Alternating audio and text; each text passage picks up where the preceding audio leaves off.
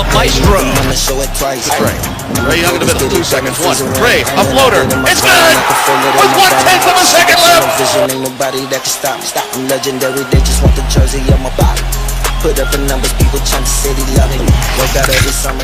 He may be young, but he is ready. Look at the candidates for tonight's Rookie of the Year. Is it DeAndre Ayton, Luka Doncic, or Trae Young? And on that note, we welcome in Hawks point guard and Rookie of the Year nominee, Trae Young, who is in LA tonight for the awards.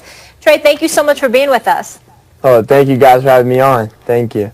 Let me just point this out. Just Trae and Oscar Robertson are the only two rookies in NBA history to score 1,500 or more points and dish out 600 or more assists. Congrats to you on that. List was big O. Certainly lived up to the hype. Let me ask you this. You heard who you're nominated alongside, obviously Ayton and Doncic. What do you think is going to be the biggest deciding factor this evening for who wins? I think there's a lot of deciding factors. There's a lot of things that go into picking. It's just whatever the voters think that, matter to them. And whatever happens tonight, I'm just going to enjoy it. I'm blessed to be here. So just looking forward to having fun tonight. Trae, do you think you deserve Rookie of the Year? And if so, why?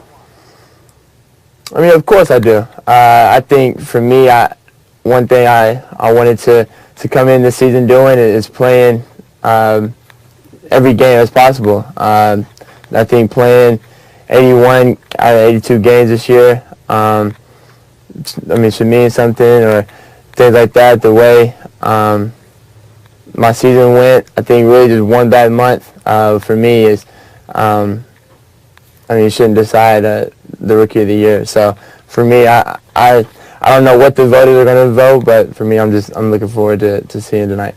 Trae, I think Luka should get Rookie of the Year, in my opinion, but I thought he had it done in the first half of the season. Like, okay, Luka's Rookie of the Year, and then you came on like gangbusters. You made it a difficult choice for me by the end. Not that I have a vote. What was the difference as the season progressed for you? I think for me is really just, getting a better feel of who I was going against. Playing the point guard position coming in, it's an adjustment you have to go through. I think whenever I started seeing these guards for the second, third, and some even the fourth time, I just started to feel a little bit more comfortable, and I was able to watch a little bit more film, just get a better feel for who I was going against, and the game just slowed down even more for me. Where do you think you rank among the best shooters in the game today? Well, that's not up for me to decide. I think I should be up there, but that's not up for me to decide. I think the work I put in, and off the court and on the court, I leave that up for everybody else to decide, but hopefully I'm up there. Based on what you've done during your rookie season, I've seen you, obviously you got great ball handling skills, you can get to the hole, you certainly can shoot the basketball, you can ball, there's no question about that. But based on your one-year experience in the NBA, do you find yourself moving forward that you need to focus even more on making sure that you're that elite perimeter shooter? And the reason I only ask that question is because I've seen you get into the teeth of a defense a lot, but sometimes a small guy like you, that can end up getting you hurt. And maybe not today's NBA game compared to what it was back in years past, but you just never know. I just want to know your whole thought process with that. Well, no, for me, I think it's good to mix it in. Of course, you want to be able to shoot and be able to extend the defense. Especially with my team, we have a lot of guys who drive the ball and can really drive the ball. So for me, if I'm able to knock down threes and expand the defense out, it brings an extra defender out the lane for other guys to drive and make plays. So of course I want to extend and always be able to knock down that shot, but also I got to be able to get in the lane and find others that way too. So you got to mix it up. So you guys seem to have a very good draft. Time will tell, but what are your expectations for this year coming up? It has been a long time since there were actual championship aspirations in your neck of the woods. But now looking forward, fans are excited. What are the expectations this upcoming year? We're going to have high expectations coming in. Everybody saw we had a really good draft with the guys that we got. I'm super excited. I know the city of Atlanta is excited, and I'm really looking forward to working with this group. I think the expectations is coming in for sure, making the playoffs next year, and just building off that. We just want to continue to grow and get better, and ultimately have a franchise where we're continuing. We have a chance to compete for championships every year. The reason I say it's been a long time since genuine championship expectations is even though the Hawks won 60 games not that long ago, there was no one on that team that people said, see that guy can be the best player on a championship team. There's a different feeling about this team. Can you be the best player on a championship team? I believe I can, but of course, for me, you got to have help. We have other guys on our team that can do other things too, and it's not just going to be a one-man show. But of course, I feel like I can. I put in a lot of work in the off season to prepare me for that, and so of course, I feel like I can be that guy. The Atlanta Hawks could have had Luka Doncic. Instead, they traded. They traded down, let Dallas trade up so Dallas could get Luka and Atlanta could get you.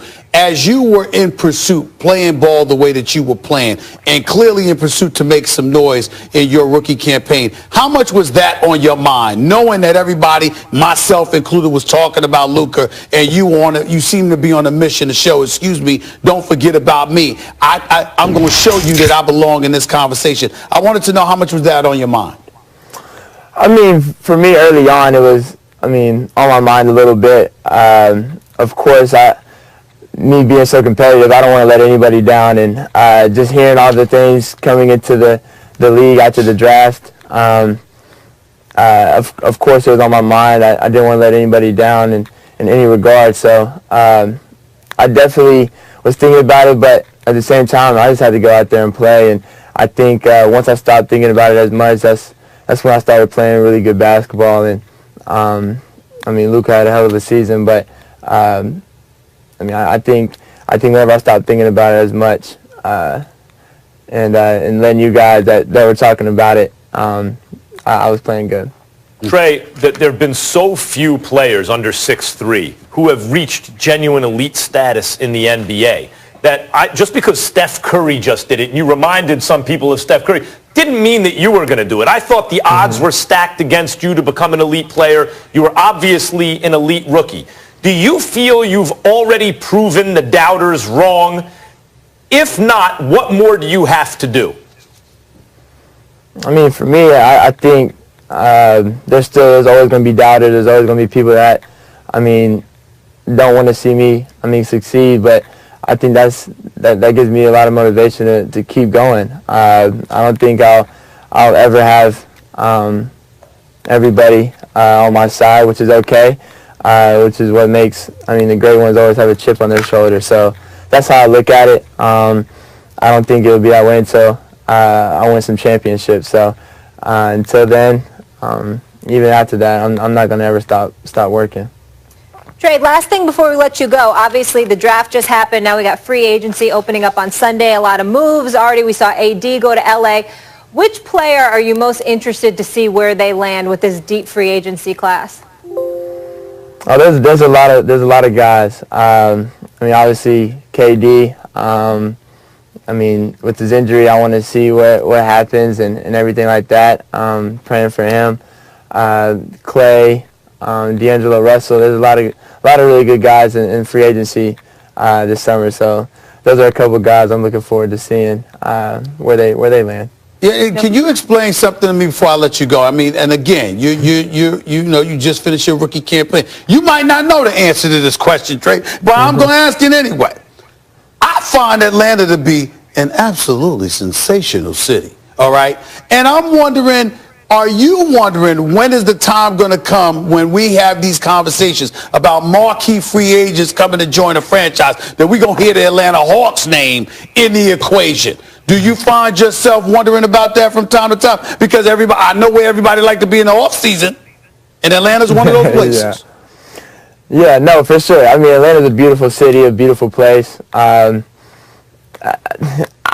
been surprised on why people haven't been talking about us being a destination. Maybe because we're young and we're still continuing to grow.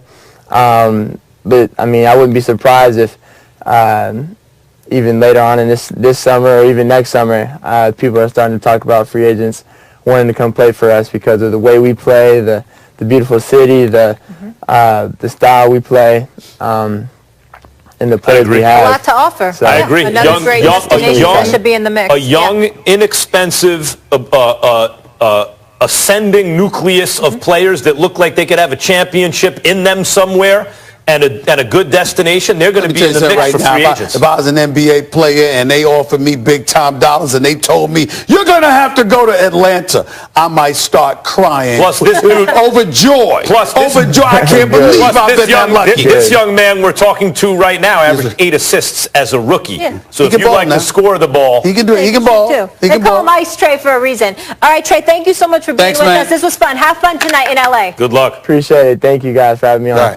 All right, as we just talked about, NBA free agency just upon us. Where should All-Star guard Jimmy Butler suit up for next season? Debate is next. Coming up tomorrow on First Take, will Giannis take the MVP award from James Harden?